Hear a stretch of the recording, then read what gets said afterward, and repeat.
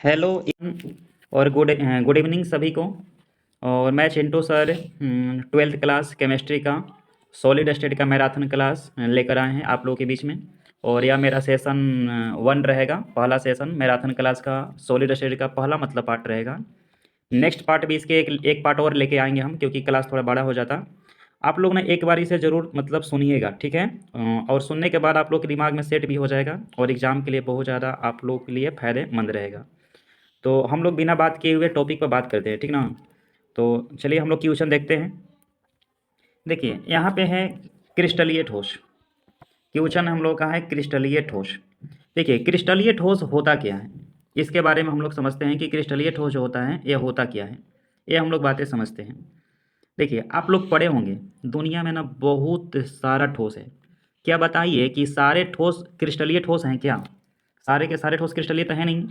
रहा बात कि क्रिस्टलीय ठोस कहेंगे किनको हम लोग, तो इसको क्रिस्टलीय ठोस के बारे में हम बता दें आपको कि जिनके जो घटक घटक आप समझ रहे हैं ना, जिससे कोई पदार्थ बनना होता है। जैसे मान लो कोई पदार्थ या तो एटम के बना होगा, कोई पदार्थ किसका बना होगा, एटम का, या तो बना होगा मॉलिक्यूल का यानी कि अणु का बना होगा। किसका बना होगा, अणु का। या तो वह बना होगा किसका, आयन का बना होगा। किसका बना होगा, आयन का। यानी कि अगर कोई परमाणु है, कोई वजह से मतलब कोई पदार्थ है, वो एटम का बना है या अणु का बना है, आयन का बना है, तो यही तो है इनका घटक। तो अगर उनके घटक का व्यवस्था कैसा रहेगा, नियमित रहेगा। कैसा रहेगा, नियमित। नियमित नियमित जिनके घटक के कण की व्यवस्था जो रहेगा नियमित रहेगा, तो उसे हम लोग क्या कहते हैं बाबू, क्रिस्टलीय ठोस कहते हैं। जिनके घटक के जो कण की व्यवस्था नियमित होता है उसे क्या कहते हैं, क्रिस्टलीय ठोस। क्रिस्टलीय ठोस कहा जाता है जिनके घटक के कण की व्यवस्था जो है नियमित होता है, उसे क्रिस्टलीय ठोस कहा जाता है। जैसे आपको नियमित बताते हैं, जैसे यहाँ पे नियमित बताते हैं। नियमित में जैसे यहाँ पे हम सोडियम ले लिए और सोडियम को हम क्लोरीन से ऐसे जोड़ दिए, फिर यहाँ पे सोडियम ले लेते हैं, फिर इसको हम क्लोरीन से ऐसे जोड़ देते हैं। इस प्रकार फिर यहाँ पे सोडियम हम ले लेते हैं, यहाँ क्लोरीन से इसको जोड़ देते हैं, फिर यहाँ पे सोडियम ले लेते हैं इसको हम, फिर यहाँ क्लोरीन से जोड़ देते हैं। यह स्ट्रक्चर को चारों तरफ से ऐसे जोड़ दीजिए, ठीक है ना। चारों तरफ से ऐसे हम इसको हम जोड़ दिए, चारों तरफ से इसको हम जोड़ दिए, इधर इधर इधर से भी इधर से भी, चारों तरफ से आप संरचना को और ज़्यादा बड़ा भी कर सकते हैं। तो सोडियम क्लोरीन इस प्रकार के जो स्ट्रक्चर मिल रहा है, इस संरचना को हम लोग क्या कहते हैं, रेगुलर। एक रेगुलर संरचना है, एक नियमित संरचना है, रेगुलर स्ट्रक्चर है। कैसा स्ट्रक्चर है, रेगुलर संरचना है। तो इसी को हम लोग नियमित संरचना कहते हैं। और इस प्रकार के ठोस को ना क्रिस्टलीय ठोस कहा जाता है, ठीक है। क्या कहते हैं, क्रिस्टलीय ठोस कहते हैं। फिर से सुनिए मेरी बात, अब से फिर से मेरी बात को सुनिए आप लोग, फिर से मेरी बात को हम लोग सुनिए, ठीक ना। क्रिस्टलीय ठोस के बारे में हम लोग देखते हैं। जो हम लोग का क्रिस्टलीय ठोस है सर, बताएं कि जिनके घटक के कण की व्यवस्था कैसा मिल रहा था हम लोग को, नियमित मिल रहा था। नियमित जिनके घटक के कण की व्यवस्था हम लोग को नियमित मिल रहा था, उसे हम लोग क्या कहते थे, क्रिस्टलीय ठोस। आप लोग को एग्जाम में कैसे लिखना होगा, वैसे ठोस को क्रिस्टलीय ठोस कहा जाता है जिनके घटक के कण की व्यवस्था जो हो नियमित हो, उन्हें क्या कहते हैं, क्रिस्टलीय ठोस। आपसे एग्जाम्पल पूछेगा क्रिस्टलीय ठोस में, आपसे ना एग्जाम्पल पूछेगा। जैसे क्रिस्टलीय ठोस को हम लोग ना वास्तविक ठोस भी कहते हैं, इसे वास्तविक ठोस कहते हैं क्रिस्टलीय ठोस को। क्रिस्टलीय ठोस जो होते हैं एक में वास्तविक ठोस के अलावा इसमें सबके सब कठोर प्रकृति के ठोस होते हैं, या वास्तविक ठोस होता है, कठोर प्रकृति के ठोस होता है। इसके अलावा जो है इसे हम लोग क्या कहते हैं बताइए, इसे हम लोग ना विषमदैशिक प्रकृति के ठोस कहते हैं, विषमदैशिक प्रकृति का ठोस कहते हैं। और इसे हम लोग क्या कहते हैं, रवेदार। इसे हम लोग रवेदार ठोस के नाम से जानते हैं। क्या कहते हैं, रवेदार ठोस के नाम से जानते हैं। विषमदैशिक प्रकृति के ठोस या रवेदार ठोस के नाम से इसको हम लोग जानते हैं। तो ये सब ना क्रिस्टलीय ठोस का क्या है, नाम भी है। क्रिस्टलीय ठोस को कहते हैं रवेदार ठोस। रवेदार ठोस, विषमदैशिक प्रकृति के ठोस। उसके बाद विषमदैशिक के बाद इसे वास्तविक ठोस कहते हैं। देखिए क्रिस्टलीय ठोस जिससे बने होते हैं, जिस घटक से बने होते हैं, उनके घटक के कणों में बहाव की गति नहीं होता है। उनके जो घटक के कण है ना, और घटक के कणों में बहाव बहाव बहाव की गति जो है नहीं होता, बहाव की गति नहीं होता है, बहाव की गति नहीं होता है।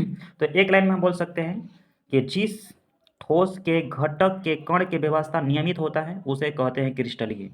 जिस ठोस के घटक के कण की व्यवस्था नियमित होता है उसे कहते हैं क्रिस्टलीय। क्रिस्टलीय ठोस में दुनिया में जितना भी कठोर पदार्थ है, सारे के सारे कठोर पदार्थ इसका एग्जाम्पल हो जाएगा।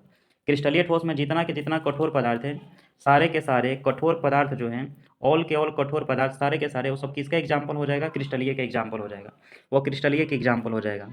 जैसे क्रिस्टलीय ठोस में अगर आपको बात किया जाए तो बहुत तरह के ठोस है। कुछ धात्विक ठोस हो जाएगा, जितना धातु है आपका, जितना धातु है आपका, सोडियम, पोटेशियम, सोना है, प्लेटिनियम है, सिल्वर है, ये सारे के सारे जो मेटल है आपका, सारे के सारे जो मेटल हैं, ये ऑल मेटल जो है हम लोग को क्या होते हैं? क्रिस्टलीय ठोस होते हैं। इसके अलावा भी और सारे कठोर पदार्थ हैं, कठोर पदार्थ हैं। जैसे कठोर पदार्थों में और सारे ले सकते हैं, उल्का पिंडे ले सकते हैं, यानी कि जो कुचालक पदार्थ होते हैं।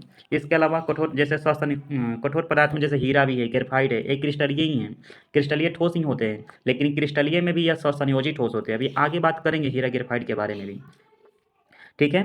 तो नेक्स्ट हम लोग आगे चलते हैं, अगला क्वेश्चन। क्रिस्टलीय ठोस के बाद नेक्स्ट हम लोग अगला क्वेश्चन पे बात करते हैं। देखिए, अक्रिस्टलीय ठोस, यहाँ पे है अक्रिस्टलीय ठोस। यह अक्रिस्टलीय ठोस क्या है, इसके बारे में जस्ट उस क्रिस्टलीय का उल्टा होता है, यानी कि जिनके घटक के कण की व्यवस्था क्या हो सर? अनियमित हो। जिनके घटक के कण की व्यवस्था जो है अनियमित, अनियमित होता है। क्या होता है? अनियमित, यानी कि जिनके घटक के कण की व्यवस्था रेगुलर नहीं होते हैं, अनियमित व्यवस्था में होते हैं, उन्हें अक्रिस्टलीय ठोस कहते हैं। अक्रिस्टलीय ठोस कहते हैं। और यह मुलायम प्रकृति का होता है। अक्रिस्टलीय कैसा होता है? मुलायम। यह जो होता है सर, अक्रिस्टलीय जो होता है मुलायम प्रकृति का होता है, प्लस में यह समदैशिक नेचर का होता है। बेरवेदार ठोस कहते हैं इसको। अक्रिस्टलीय ठोसों में बहाव की गति पाया जाता है, और इसे क्या बोलते हैं बाबू? झूठा ठोस के नाम से जानते हैं, या सुपर कूल्ड लिक्विड भी बोलते हैं। अक्रिस्टलीय ठोस को सुपर कूल्ड लिक्विड, झूठा ठोस, अति शीतलन द्रव के नाम से इसको जाना जाता है।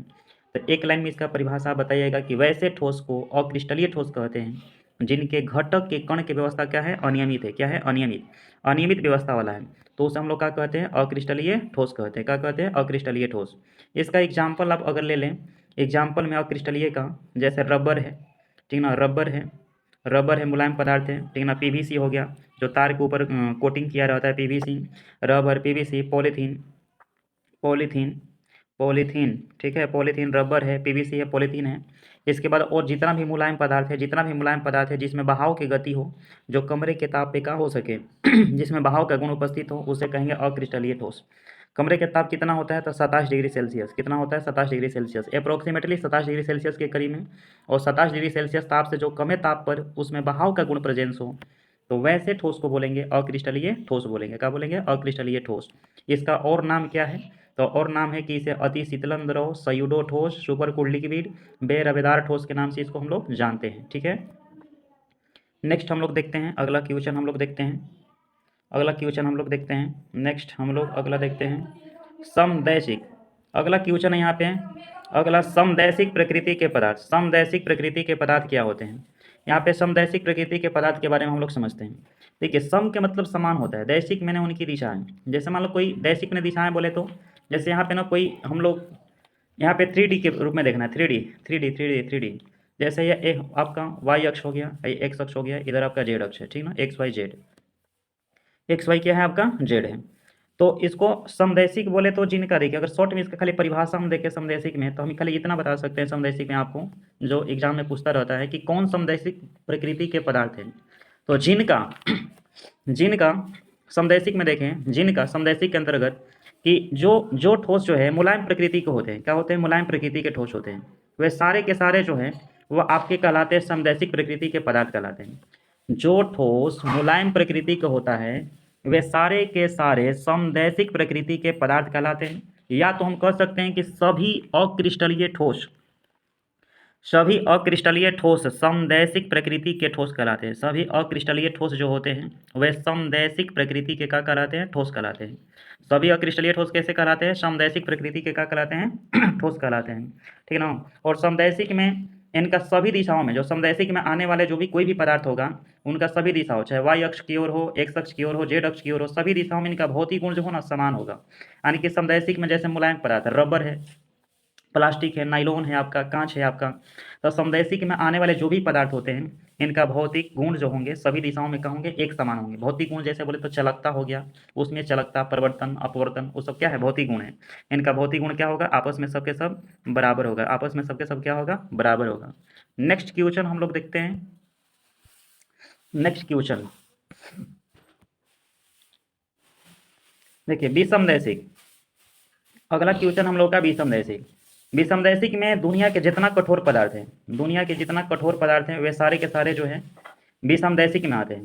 यानी कि दुनिया के वैसे पदार्थों को विषमदैशिक कहा जाता है जिनकी प्रकृति कैसा होती है, कठोर, और इनमें आने वाले भौतिक गुण सबका भिन्न भिन्न होगा। यानी कोई पदार्थ होगा या ऑल डायरेक्शन त्रिविमीय आकाश के ऑल दिशाओं में जो है ना, इनका भौतिक गुण समान नहीं हो सकता है।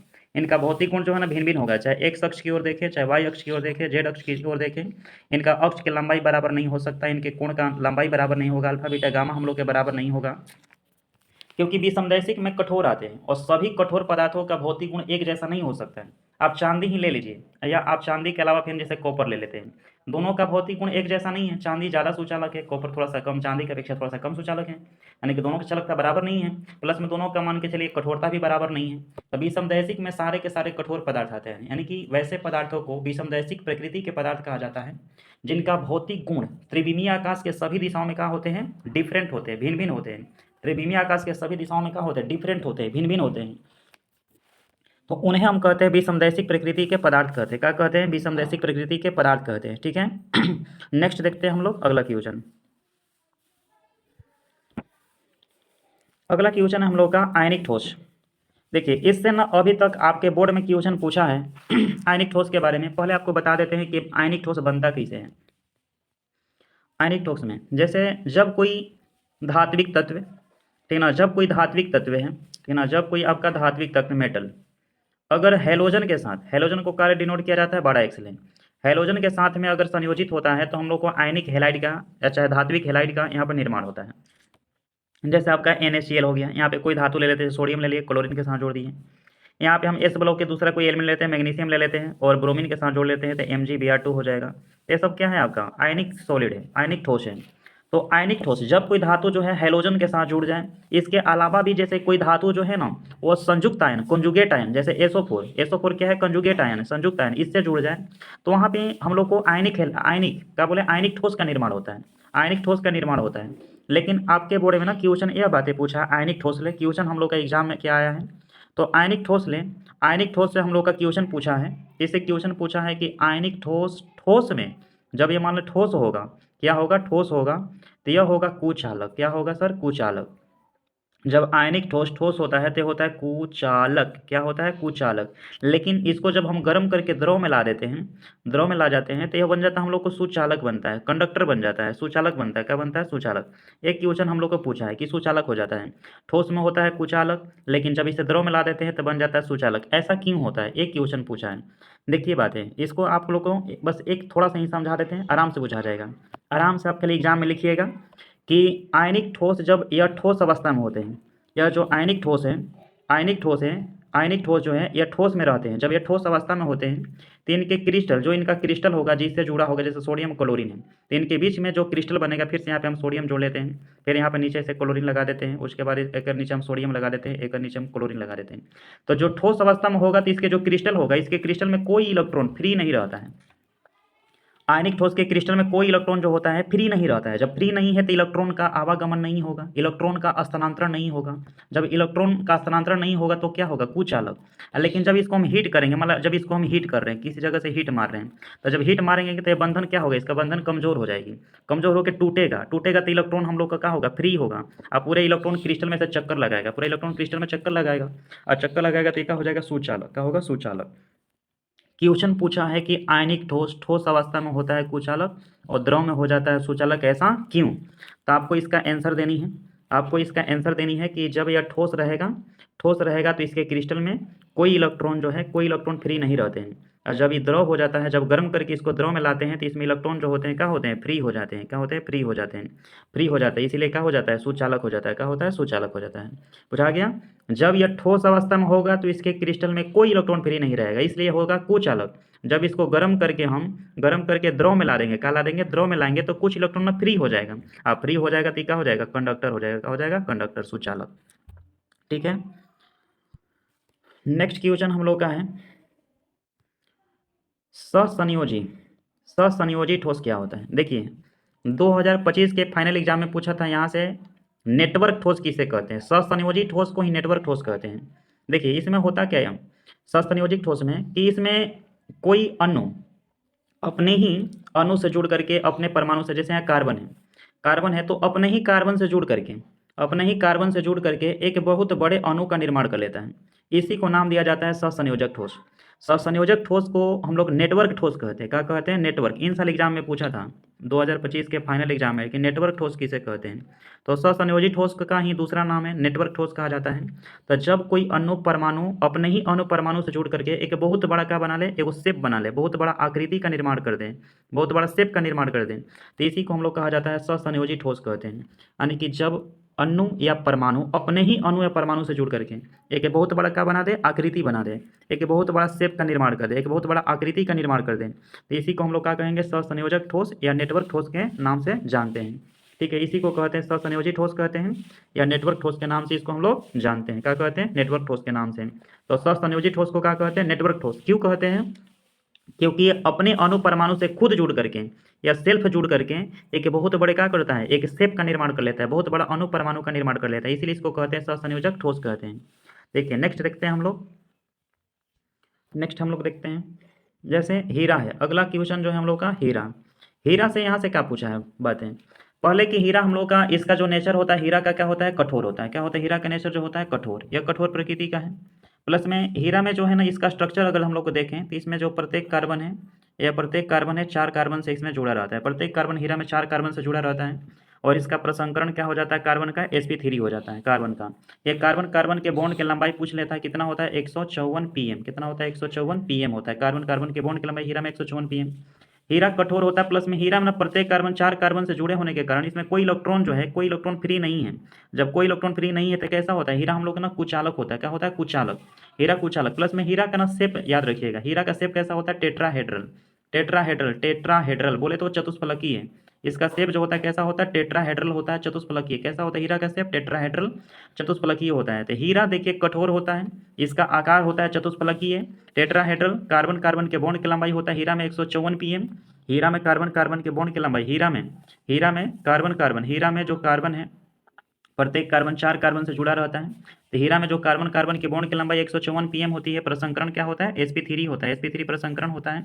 प्लस में कठोर है, इनका घनत्व भी ऊंच होता है, हीरा का घनत्व भी क्या होता है, ऊंच होता है। और टेट्राहेड्रल चतुष्फलकी इनका शेप होती है। ठीक है, हीरा से ही पूछा है कि हीरा कुचालक क्यों होता है, क्योंकि इसमें प्रत्येक कार्बन 4 कार्बन से जुड़े होने के कारण कोई इलेक्ट्रॉन इसमें फ्री नहीं रहता, इसलिए हीरा क्या होता है, कुचालक होता है। नेक्स्ट हम लोग देखते हैं, नेक्स्ट यहाँ पे हम लोग का है ग्रेफाइट। ग्रेफाइट नेक्स्ट हम लोग का है, यहाँ जैसे गोलाइट, गोलाइट लिखा गया है, टाइपिंग मिस्टेक है ठीक ना। ये क्या होगा हम लोग का, ग्रेफाइट। क्या है, ग्रेफाइट। ग्रेफाइट। तो ग्रेफाइट के बारे में यहाँ से क्वेश्चन क्या पूछा है ग्रेफाइट में देखिए, यहाँ पे जो प्रत्येक कार्बन होता है ना, वो 3 कार्बन से जुड़ा रहता है। इसका हम लोग अगर शेप हम लोग देखें, इसका हम लोग अगर यहाँ पे हम लोग शेप देखते हैं, हम लोग यहाँ पे हम लोग शेप देखते हैं अगर ग्रेफाइट का, तो इस तरह से संरचना में जुड़ा रहता है। यहाँ पे इस तरह से संरचना में हम लोग का, इस तरह से संरचना में हम लोग को जुड़ा है। यहाँ पे एक कार्बन, यहाँ पे कार्बन, यहाँ पे कार्बन, यहाँ पे कार्बन, यहाँ पे कार्बन, फिर इस तरह से जुड़ा रहेगा, इस तरह से जुड़ा रहता है यहाँ पे। फिर इस तरह से आपका ये हम लोग का ग्रेफाइट का शेप होता है। ये दो दो लेयरों में होती है, 2 लेयरों में हम लोग का इस तरह से 2 लेयरों में होता है। तो ग्रेफाइट से पूछेगा कि इसमें 3 कार्बन एक दूसरे से जुड़े रहते हैं। कई कार्बन जुड़े होते हैं, 3 कार्बन। 3 कार्बन जुड़े होने के कारण इसमें एक कार्बन जो होता है ना फ्री रहता है। फ्री रहता है तो एक इलेक्ट्रॉन फ्री है, इसलिए क्या होते हैं, या होते हैं सुचालक होते हैं। क्या होते हैं, सुचालक होते हैं। क्या होते हैं, सुचालक होता है। तो ग्रेफाइट हम लोग के जो होता है कैसा होता है, सुचालक, क्योंकि इसमें प्रत्येक कार्बन 3 कार्बन से जुड़ा होता है। ग्रेफाइट में जो है, ग्रेफाइट में जो है प्रत्येक कार्बन जो होते हैं ग्रेफाइट में, ग्रेफाइट में जो प्रत्येक कार्बन है, इसमें प्रत्येक कार्बन जो होते हैं ना, प्रत्येक कार्बन जो है 3 कार्बन से जुड़े होते हैं। और 3 कार्बन से जुड़े होने के कारण एक कार्बन फ्री होता है, इसलिए क्या होता है, यह कंडक्टर होता है, सुचालक होता है। क्या होता है, सुचालक होता है। प्लस में पूछता है कि हम लोग के जो ग्रेफाइट है, हम लोग के जो ग्रेफाइट है, इसमें ग्रेफाइट में कार्बन कार्बन के जो बॉन्ड की लंबाई कितना होती है, तो 142 pm। ग्रेफाइट में कार्बन कार्बन के जो बॉन्ड की लंबाई होता है कितना होता है, 142 pm। ग्रेफाइट को 2 लेयर होता है, एक लेयर ऊपर में रहता है, एक लेयर नीचे में रहता है। तो 2 लेयरों के बीच की दूरी जो होता है, कहीं कहीं 305 pm आप लोग को देखने के लिए मिलेगा। आप पुराने वाले बुक में 335 है, ठीक ना, 335 है, 335 है, 335 है, तो 305 याद रखिएगा। 305 pm होती है 2 लेयरों के बीच की दूरी में, 305 pm। और ग्रेफाइट में जैसे रहा ग्रेफाइट में कि इसमें कार्बन का प्रसंकरण पूछेगा तो sp2 ग्रेफाइट में। ग्रेफाइट के जो हम लोग का शेप होता है, यह शेप कैसा होता है, हेक्सागोनल। यह होता है शेप जो होता है हेक्सागोनल, हेक्सागोनल। इस शेप का जो प्रसंकरण होता है sp3d2, sp3d2। तो ग्रेफाइट के पूरे शेप का जो प्रसंकरण होता है sp3d2, यानी कि पूरे जो हेक्सागोनल का शेप sp3d2 और कार्बन का प्रसंकरण sp2। ग्रेफाइट जो होता है हम लोग का कैसा होता है, ग्रेफाइट हम लोग का मुलायम होता है, क्या होता है, सॉफ्ट। ग्रेफाइट जो होता है हम लोग का कैसा होता है, सॉफ्ट होता है, मुलायम होता है, क्या होता है, सॉफ्ट होता है। ये मुलायम प्रकृति का ग्रेफाइट है। ग्रेफाइट जो हम लोग का कैसा होता है, मुलायम सॉफ्ट होता है। और इनका घनत्व भी हीरा की अपेक्षा क्या होता है, ग्रेफाइट का घनत्व हम लोग का निम्न होता है, क्या होता है, निम्न होता है। तो ग्रेफाइट से एक क्वेश्चन पूछेगा कि इसका आकार, तो हेक्सागोनल प्रसंकरण sp3d2, ग्रेफाइट में कार्बन का प्रसंकरण sp2, ग्रेफाइट में कार्बन कार्बन के बॉन्ड की लंबाई 142 pm। और ग्रेफाइट जो होता है सुचालक होता है। ग्रेफाइट क्या होता है, सुचालक, क्या होता है, सुचालक, क्योंकि इसमें प्रत्येक कार्बन ना तीन कार्बन से जुड़े रहते हैं। देखिए नेक्स्ट देखते हैं हम लोग। नेक्स्ट हम लोग का है क्वेश्चन, धात्विक ठोस क्या है। देखिए यहाँ पे धात्विक ठोस के बारे में। धात्विक ठोस, धात्विक ठोस आप सब जानते हैं कि दुनिया के कोई भी मेटल हो, उनके बाहरी कक्षा में एक या तो दो या तो तीन इलेक्ट्रॉन होता है। दुनिया के कोई भी मेटल, उनके बाहरी कक्षा में क्या होता है, एक दो तीन इलेक्ट्रॉन होता है। और उन्हीं को क्या कहते हैं, धातु, क्या कहते हैं, धातु। यानी कि उसी धातु को कहा जाता है धात्विक ठोस। उनके स्ट्रक्चर जो होगा, मतलब धातु हो गया जिनके बाहरी कक्षा में एक दो तीन इलेक्ट्रॉन है, वो तो धातु है। और उस धातु का जो क्रिस्टल मिलेगा, जो हम लोग का धातु का क्या मिलेगा, क्रिस्टल मिलेगा, उसी क्रिस्टल को क्या बोलेंगे, धात्विक ठोस बोलेंगे, क्या बोलेंगे, धात्विक ठोस बोलेंगे। धातु के गुण तो आप लोग को पता ही है, गुण तो ऐसे एग्जाम में पूछेगा नहीं कि धातु हम लोग का क्या है, सुचालक होता है। एकमात्र अपवाद धातु जैसे बताइए कुचालक है, तो लेड हो गया, लेड हम लोग के कुचालक है। पारा भी कम मात्रा में ही सुचालक होता है, पारा में भी कम मात्रा में विद्युत धारा का प्रवाह होता है। तो धात्विक ठोस वही है जिनके बाहरी कक्षा में एक दो तीन इलेक्ट्रॉन है और जिनके क्रिस्टल बनता है, उसी को धात्विक ठोस बोलते हैं। ठीक है, नेक्स्ट हम लोग देखते हैं। हाँ, ध्रुवीय ठोस क्या होते हैं। ये जो हम लोग का है ना, ध्रुवीय है, यह ये है, ठीक ना, ध्रुवीय ठोस, पोलर सॉलिड, ठीक ना, पोलर सॉलिड क्या होते हैं, ध्रुवीय ठोस। इसका निर्माण होता है कि जब हाइड्रोजन परमाणु, दुनिया में सबसे अधिक ऋणात्मक परमाणु जैसे फ्लोरीन है, ऑक्सीजन है, नाइट्रोजन है, अगर इस सब के नियरेस्ट में रहता है, तो नियरेस्ट में रहता है तो एच बॉन्ड का निर्माण करता है, हाइड्रोजन बॉन्ड का निर्माण करता है। और इसी को हम एच बॉन्ड सॉलिड भी कहते हैं या ध्रुवीय ठोस कहते हैं। क्या कहते हैं, ध्रुवीय ठोस। तो पोलर सॉलिड का निर्माण कब होता है, तो जब हाइड्रोजन परमाणु अत्यधिक ऋणात्मक परमाणु फ्लोरीन, ऑक्सीजन, नाइट्रोजन के नियरेस्ट में उपस्थित होता है, तो एच बॉन्ड का निर्माण होता है। और इसी को हम लोग क्या कहते हैं, एच बॉन्ड सॉलिड या ध्रुवीय ठोस के नाम से जाना जाता है। क्या कहते हैं, ध्रुवीय ठोस के नाम से इसको जानते हैं। तो अब फ्लोरीन का नेगेटिविटी कितना होता है, 4। ऑक्सीजन का कितना होता है, 3.5। नाइट्रोजन का कितना होता है, तो लगभग 3 के करीब में होता है, 3.0। इसका नेगेटिविटी याद रखिएगा। नेक्स्ट क्वेश्चन हम लोग देखते हैं हम लोग,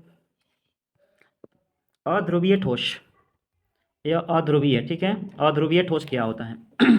तो अध्रुवीय ठोस में जितना भी कार्बनिक पदार्थ है, जितना कार्बनिक पदार्थ है, चाहे जैसे आपका अल्केन का सदस्य हो, अल्केन का कोई सदस्य हो, अल्केन का हो, जैसे methane, ethane, propane, butane, alkyne का सदस्य हो, अल्कीन डबल बॉन्ड वाला अल्कीन का सदस्य हो, जैसे एथीन हो गया, ब्यूटीन हो गया, पेंटीन, हेक्सिन, अल्काइल का सदस्य हो, तो ये सारे के सारे जो है ना अध्रुवीय ठोस में आते हैं। सारे के सारे किस में आते हैं, अध्रुवीय ठोस में आता है। कि हमारा जो हाइड्रोकार्बन है, हाइड्रोकार्बन में जो है अध्रुवीय ठोस का निर्माण होता है। लेकिन कुछ हाइड्रोकार्बन अगर बात करें, जैसे क्रियात्मक समूह वाले हैं, एल्कोहल है आपका, एल्कोहल हो गया, अल्डिहाइड है, कार्बोक्सिलिक अम्ल है, उसमें कार्बन संख्या 1 से लेकर C4 तक ना पोलर बॉन्ड बनाते हैं। उसके बाद वाले कार्बन संख्या, जैसे कार्बन संख्या बढ़ाएंगे तो उनकी प्रकृति चेंज हो जाती है और अध्रुवीय प्रकृति के हो जाते हैं, तो जल में अविलय होते हैं।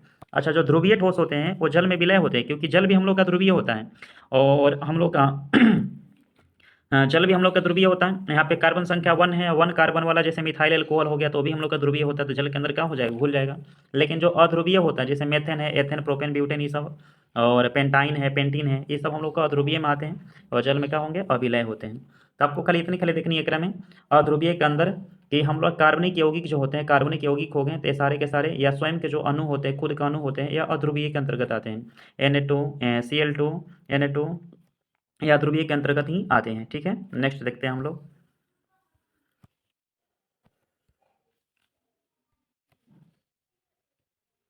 देखिए एच बॉन्ड सॉलिड, जैसा अभी एच बॉन्ड सॉलिड के बारे में बात कर रहे थे, जब हाइड्रोजन परमाणु फ्लोरीन है, ऑक्सीजन है, नाइट्रोजन के नियरेस्ट में होता है, तभी जाके एच बॉन्ड सॉलिड का निर्माण होता है। एच बॉन्ड का निर्माण होता है, एच बॉन्ड का निर्माण होता है। यानी कि ऑल एच बॉन्ड जो है ना, हम लोग को पोलर हो जाएगा, लेकिन हम लोग को सारे के सारे पोलर बॉन्ड जो है एच बॉन्ड नहीं हो सकता है। एच बॉन्ड होने के लिए हम लोग को हाइड्रोजन के साथ में फ्लोरीन चाहिए, ऑक्सीजन चाहिए और नाइट्रोजन चाहिए। एच बॉन्ड होने के लिए फ्लोरीन के साथ में क्या चाहिए, हाइड्रोजन के साथ में चाहिए फ्लोरीन, ऑक्सीजन और नाइट्रोजन, तो एच बॉन्ड बनेगा, ठीक ना, एच बॉन्ड बनेगा।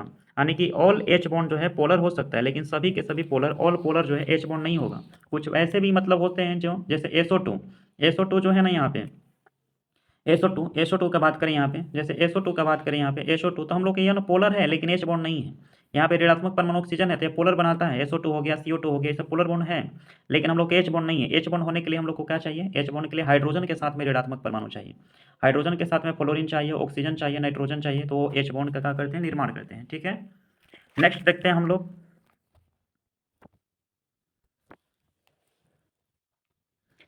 नेक्स्ट यहाँ पे है क्रिस्टल। ये आपका हो गया क्रिस्टल, आप लोग को याद हो गया, इसको हम लोग क्या कहते हैं, क्रिस्टल कहते हैं, क्या कहते हैं, क्रिस्टल कहते हैं। यह हम लोग का क्या है, एक क्यूब है, ठीक है ना। केमिस्ट्री में इसको हम लोग क्या कहते हैं, क्रिस्टल के नाम से इसको क्रिस्टल कहा जाता है। क्रिस्टल किसे कहते हैं, यानी कि क्रिस्टल, यहाँ पे एक क्रिस्टल है, यहाँ पे कोई एक कोष्टिका है, इसको हम लोग कोष्टिका भी बोलते हैं, किसी एक कोष्टिका को क्रिस्टल कह देंगे। अब बहुत सारे कोष्टिका को मिला दे, बहुत सारे कोष्टिका को आपस में क्या करें, यहाँ पे मिला दें, तो बहुत सारे मिला दे तो ऑल कोष्टिकाओं के समूह को हम लोग क्या कहेंगे, क्रिस्टल जालक कहेंगे। क्या कहेंगे, क्रिस्टल जालक। क्या बोलेंगे, क्रिस्टल जालक कहेंगे, क्रिस्टल जालक बोलेंगे। कोई एक कोष्टिका हो, कोई एक क्यूब हो, तो उसको हम लोग कहेंगे क्रिस्टल बोल रहे हैं। अब बहुत सारे क्रिस्टल के समूह को मिला दे तो उसे क्या बोलेंगे, क्रिस्टल हम लोग जालक कहेंगे। क्या कहेंगे, क्रिस्टल जालक। और अगर एक बिंदु को क्या कहते हैं, क्रिस्टल के कोना के एक बिंदु को ना हम लोग कहते हैं क्रिस्टल बिंदु कहते हैं। जैसे यहाँ पे बात कर लें, जैसे हम लोग का ना, जैसे हम लोग का यह जो है हम लोग का एक कोष्टिका है, एक कोष्टिका है, और एक कोष्टिका में ना हम लोग का कोना कितना होता है, जो कॉर्नर होता है, एक कॉर्नर की संख्या जो होती है 8 होती है। अब फेस की संख्या कितना होता है, फेस जैसे आपके एक मकान हो गया, घर हो गया, तो एक घर में फेस कितना होता है, जिस पे आप बैठे हैं, खड़ा हैं, चाहे मतलब जो भी लेटे हैं, तो आपका एगो फेस है, एक ऊपर के सामने फेस हो जाएगा 2 गो, अगल बगल मिला के 4 गो फेस, टोटल फेस की संख्या कितना होता है, 6। कितना होता है, 6। फेस की संख्या 6 हो जाएगा। और किनारा बोले तो एज लेंथ, उसमें भुजा की लंबाई, तो एक क्यू में भुजा की लंबाई जो होता है कितना होता है, 12 होता है। कितना होता है, 12। कॉर्नर होता है 8 को, फेस होता है 6 को, और एज लेंथ कितना होता है, 12। कितना होता है, 12। और एक कोने के बिंदु को क्या कहते हैं, क्रिस्टल बिंदु कहते हैं। क्या कहते हैं, क्रिस्टल बिंदु, क्रिस्टल बिंदु कहा जाता है।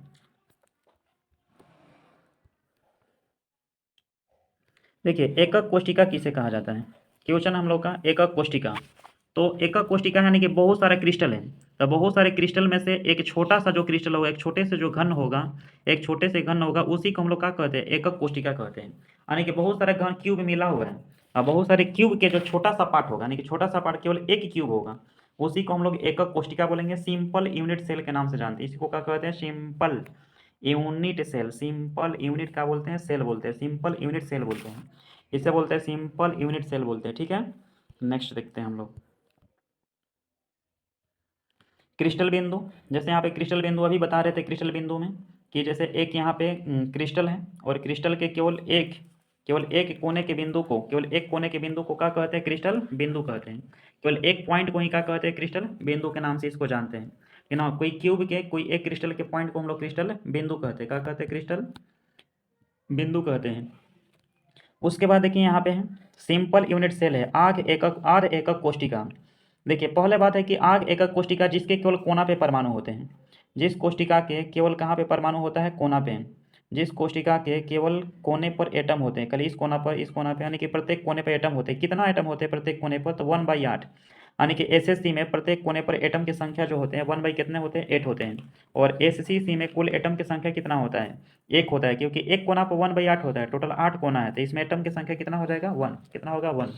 आग एकक कोष्टिका में इसमें कुल एटम के जो संख्या होते हैं 1 होते हैं। क्या होते हैं, आग एकक कोष्टिका में कुल एटम की संख्या 1। आपको खाली इसमें ध्यान रखना है कि आग एकक कोष्टिका में कोना पर जो एटम है उनकी त्रिज्या और भुजा के लंबाई में जो रिलेशन होता है A बराबर 2R होता है। क्या होता है, A बराबर 2R। आग एकक कोष्टिका में जो कोर की लंबाई है और उन एटम की जो आपका त्रिज्या रेडियस है, उनमें रिलेशन होता है A बराबर 2R। A बराबर क्या होता है, 2R होता है, A बराबर 2R। तो अगर हम यहाँ पर आयतन निकालें, यहाँ पे ठीक ना, कोष्टिका का आयतन निकालें, तो इसका होल क्यू कर लेंगे, क्योंकि भुजा क्यू होगा, होल क्यू करेंगे तो 8R क्यू आ जाएगा। आग एकक कोष्टिका में, आग एकक कोष्टिका में कोष्टिका के जो हम लोग को आयतन निकल के आएगा वो 8R क्यू का आएगा, 8R क्यू निकल के आएगा। यहाँ पे एक और क्वेश्चन इससे पूछ लेता है कि आग एकक कोष्टिका में जो पैकिंग एफिशिएंसी है, पैकिंग एफिशिएंसी संकुलन क्षमता कितनी होती है, तो होता है 52 पॉइंट कितना होता है, 33, 52.33 संकुलन क्षमता होता है। यानी कि आग एकक कोष्टिका में जो हम लोग के परमाणु होता है 52.33% होता है, और बाकी 100 में से घटा लेंगे उतना क्या होगा, इसमें खाली होगा। क्या होगा, खाली। लगभग 47 दशमलव कुछ % एकड़ में जो होते हैं खाली होते हैं। क्या होते हैं, खाली होते हैं। नेक्स्ट क्वेश्चन हम लोग देखते हैं। जैसे यहाँ पे एफसीसी है, एफसीसी एफसीसी जो हो गया फलक केंद्रित, इसमें जो होता है ना, जिस कोशिका के प्रत्येक कोना पर एटम होगा ही होगा, प्रत्येक कोशिका के जिस कोशिका के प्रत्येक कोने पर एटम तो होगा ही होगा, इसके अलावा यानी कि प्रत्येक कोना पर एटम रहेगा ही रहेगा, प्रत्येक कोने पर एटम रहेगा। इसके अलावा प्रत्येक फलक पर, जैसे एक ऊपर वाला फलक हो गया एक फलक, नीचे फलक दो फलक, एगो लेफ्ट में इधर आ जाए तीन फलक, इधर चार फलक, एक पीछे में फलक है, एगो आगे में फलक है, टोटल 6 फलक होते हैं। यानी कि एक ऊपर वाला फलक, एक नीचे वाला फलक, एक हो जाएगा बाएं में, इधर हो जाएगा दाएं में, एक पीछे एक आगे, यानी कि टोटल 6 फलक हैं। यानी कि जिस कोशिका में प्रत्येक कोना के साथ सभी फलक पर एटम हो उसे क्या कहते हैं, एफसीसी कहते हैं। क्या कहते हैं, एफसीसी। देखिए रहा बात एफसीसी में, एफसीसी में हम लोग का फलक का योगदान जो होता है ना, कंट्रीब्यूशन नंबर जो होता है 1/2 फलक का योगदान, क्योंकि यहाँ पे दो फलक को मिला करके, यानी कि दो फलकों पर ना हम लोग का ना एक परमाणु रहता है, तो एक फलक पर कितना हो जाएगा 1/2, एक फलक पर 1/2, दो फलकों पर मिला के 1/2 परमाणु होता है, तो एक फलक पर कितना हो जाएगा 1/2 परमाणु होगा एफसीसी में। एफसीसी में हम लोग का एफसीसी में जो हम लोग का कोर की लंबाई है, कोशिका की कोर की लंबाई है और परमाणु के त्रिज्या के बीच संबंध में देखें तो ए बराबर होता है 2r√2, ए बराबर 2r√2 कोशिका की कोर की लंबाई और परमाणु की त्रिज्या में संबंध। ये बहुत बार क्वेश्चन यहाँ पे आया है एफसीसी में, ठीक ना। कभी ए का मान दे दिया है यानी कि कोर की लंबाई दे दिया है एफसीसी में और आर पूछ लिया है, कभी आर का मान दे दिया ए पूछ लिया है, कभी कभी ना ए का मान पीएम में पूछ लेता है, पीएम, और उसको पूछ लेगा सेंटीमीटर में, मीटर में। तो एक पीएम बराबर होता है 10 के पावर कितना, एक पीएम बराबर 10 के पावर -10 मीटर, और 10 के पावर हो जाएगा -12 सेंटीमीटर। तो याद रखिएगा, एक पीएम बराबर 10 के पावर -10 मीटर, 10 के पावर -12 सेंटीमीटर। ए के मान पीएम में देके सेंटीमीटर मीटर में पूछ सकता है, या तो पीएम देके पीएम ही पूछ लें। फिर एक और क्वेश्चन पूछता है एफसीसी से, एफसीसी में कुल परमाणु कितना प्रतिशत संकुलित रहते हैं। इसका पैकिंग इफिशियंसी जो होता है 74% है। इसका जो पैकिंग इफिशियंसी है एफसीसी का, इसका पैकिंग इफिशियंसी कितना है 74% है। और खाली कितना रहता है इसमें, 26% परमाणु जो है इसमें खाली है, एफसीसी में 26% परमाणु जो है खाली है। ठीक है, नेक्स्ट हम लोग देखते हैं इसके अलावा अगला क्वेश्चन हम लोग चलते हैं। देखिए बीसीसी, बीसीसी में होता है कि परमाणु इसमें बीसीसी के अंतर्गत सभी कोने पर तो एटम होगा ही होगा, बीसीसी के अंतर्गत सभी कोने पर होगा, उसके अलावा एक एटम जो होगा ना केंद्र में होगा, और कोने पर एटम रहेगा, इसके अलावा एक एटम जो होगा कहाँ होगा, उसके केंद्र में होगा, उसी को हम लोग क्या कहते हैं, बीसीसी कहते हैं, बीसीसी। और बीसीसी में केंद्र का कंट्रीब्यूशन नंबर ना 1 होता है, और टोटल बीसीसी में एटम की संख्या कितना होता है 2, और एफसीसी में एटम की कुल संख्या कितना होता है 4। एफसीसी में जो होता है एटम की संख्या जो है 4, ये एफसीसी में कुल एटम 4 और बीसीसी में कुल एटम जो होते हैं 2, यानी कि टोटल कोना मिला के 1 हो जाएंगे, एगो केंद्र में कितना हो जाएगा बीसीसी में 2, और एफसीसी में हम लोग के फलक पे हो जाते हैं 3 और कोना मिला के 1, यानी कि हो जाते हैं एफसीसी में 4। एफसीसी में कुल एटम 4, बीसीसी में कुल एटम 2।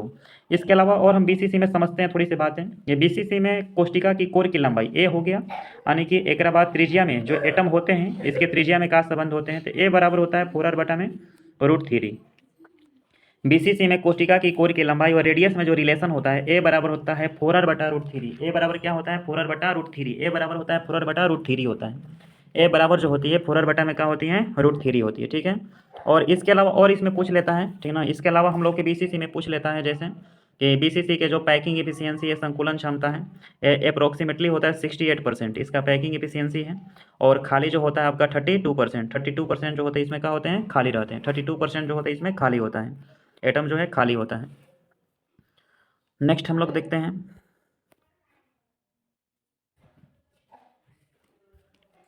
देखिए ईसीसी से आपसे यही पूछेगा कि ईसीसी में पहले हम लोग का ईसीसी कहते किसको हैं, तो जिस कोशिका में हम लोग का जो एटम होगा, जिस कोशिका में हम लोग का एटम हो प्रत्येक कोना पे तो रहेगा ही रहेगा, जिस कोशिका में जो एटम होगा प्रत्येक कोने पे रहेगा, इसके अलावा एक विपरीत फलक पर, एक ऊपर में एटम है तो एक नीचे रहेगा, चाहे तो लेफ्ट में रहेगा तो हम लोग को राइट में रहेगा, लेफ्ट में तो एक राइट में, चाहे पीछे रहेगा तो एक आगे। ईसीसी बोले तो अंतः केंद्रित एकक कोशिका, एज सेंटर्ड यूनिट सेल। जिस कोशिका में प्रत्येक कोने के साथ एटम दो विपरीत फलक पे, दो अपोजिट फेस पे एटम रहेगा, एक ऊपर है तो एक अपोजिट फेस हो जाएगा नीचे, तो उसे ईसीसी बोलते हैं। इसमें कुल एटम कितना हो जाता है 2। क्यों 2? क्योंकि सब कोना मिलाकर 1, क्योंकि प्रत्येक कोना पे 1/8 एटम होता है। 8 कोना है, 8 कोना है तो कितना हो जाएगा, प्रत्येक कोना का 1 हो जाएगा। यहाँ पे देखिए एक फलक का योगदान ना 1/2 होता है, एक फलक का, दो फलक पे एटम है तो दो फलक पे है तो यहाँ पे फलक से 1 हो जाएगा, यानी कि एक कोना से और एक फलक से टोटल एटम की संख्या इसी में कितना हो जाएगा 2 हो जाएगा। क्या होगा 2। इसके बाद नेक्स्ट हम लोग देखते हैं, नेक्स्ट हम लोग देखते हैं यहाँ पे योगदान संख्या, ठीक है ना। नेक्स्ट हम लोग क्या देखते हैं, योगदान संख्या। क्या, योगदान संख्या, योगदान संख्या, कंट्रीब्यूशन नंबर। देखिए योगदान क्या होता है, योगदान किसका योगदान संख्या, तो कोई कोष्टिका में परमाणुओं का योगदान संख्या है। जैसे एक कोष्टिका है आपका, ठीक है ना, एक कोष्टिका है। इस कोष्टिका में हम लोग का ना परमाणुओं का क्या देखना है, योगदान संख्या। इस कोष्टिका में ना परमाणु का हमको क्या देखना है, योगदान संख्या देखना है, कंट्रीब्यूशन नंबर देखना है।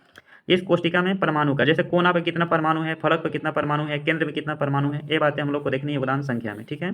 जिसके खाली कोना पे परमाणु होगा एससीसी बोलते हैं, कोना के साथ फलक पे होगा तो एफसीसी बोलेंगे, कोना के साथ केंद्र में होगा तो बीसीसी बोलेंगे, कोना के साथ दो विपरीत फलक पे होगा तो उसे हम लोग ईसीसी बोलेंगे। तो योगदान संख्या होता है कि कुल परमाणु के संख्या में, जैसे कुल परमाणु बट्टा में क्या हो जाएगा, यहाँ पे टोटल एटम, बटा में जो होगा ना टोटल एटम, क्या होगा, टोटल एटम, कुल परमाणु की संख्या में ऊपर रखेंगे या तो कोना, ठीक ना, प्रति कोना, या तो रखेंगे प्रति फलक, ठीक ना, प्रति कोना, प्रति फलक, प्रति फलक, या केंद्र, या क्या होगा, केंद्र, केंद्र में उपस्थित। अब से आपको बताते हैं, जैसे योगदान जो होता है हम लोग का, नीचे हो जाएगा आपका कुल परमाणु, यानी कि कुल परमाणु किस में, कोष्टिका में, कोष्टिका के कुल परमाणुओं में, कोष्टिका के कुल परमाणु, ठीक ना, टोटल एटम में, यानी कि कोना पर कितना है, प्रति एक कोना पर कितना है, ठीक ना, फलक पर कितना है, उसके बाद केंद्र में कितना है। तो कोष्टिका के कुल एटमों की संख्या में, कुल परमाणुओं की संख्या में प्रति कोना, प्रति फलक और केंद्र में उपस्थित परमाणु की संख्या को बोलते हैं कंट्रीब्यूशन नंबर, योगदान संख्या बोलते हैं। क्या बोलते हैं, योगदान संख्या के नाम से इसको जानते हैं, योगदान संख्या कहते हैं। क्या कहते हैं, योगदान संख्या। योगदान संख्या में जो आठ एकक कोशिका है, जो सिंपल यूनिट सेल है, इसमें कोना का योगदान जो होता है 1/8 होता है। एफसीसी में फलक का योगदान जो होता है 1/2 होता है। बीसीसी में केंद्र का योगदान जो होता है 1 होता है। ईसीसी में भी परमाणु कहाँ होते हैं, प्रत्येक कोना के साथ दो विपरीत फलक पे होते हैं, तो एटम फलक पर है, तो फलक का योगदान इसका क्या होगा, 1/2। एससीसी सिंपल यूनिट सेल, इसमें एटम केवल कोना पर होते हैं, कोना के योगदान 1/8। एफसीसी इसमें एटम कोना के साथ फलक पर होते हैं, तो फलक का योगदान 1/2। बीसीसी में एटम कोना के साथ केंद्र में होते हैं, केंद्र के योगदान 1। ईसीसी में एटम जो है प्रत्येक कोना के साथ दो विपरीत फलक पर होते हैं, तो फलक का योगदान हो जाएगा 1/2। एससीसी में जो कुल एटम होता है 1 होता है। एफसीसी में जो कुल एटम होता है हम लोग का कितना होता है, 4। एफसीसी में कुल एटम होता है 4। बीसीसी में कुल एटम होता है 2। ईसीसी में कुल एटम जो होता है 2 का होता है 2। नेक्स्ट हम लोग देखते हैं, तो हम लोग का इतना ही तक सेशन है, ठीक है ना। नेक्स्ट हम लोग जो सॉलिड स्टेट का अगला हम लोग पार्ट 2 में बाकी बचे हुए हिस्से को देखेंगे हम लोग, ठीक है ना। तो अभी हम लोग इसमें देखें क्रिस्टलीय ठोस के बारे में, ठीक है ना। इसमें हम लोग देखें क्रिस्टलीय ठोस के बारे में, और क्रिस्टलीय ठोस के बारे में, समदैशिक, विसमदैशिक, आयनिक ठोस, संयोजी ठोस, हीरा ग्रेफाइट के बारे में देखें।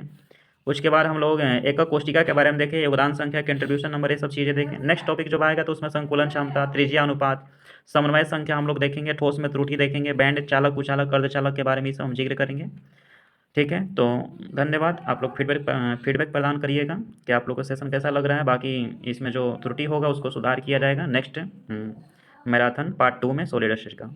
धन्यवाद।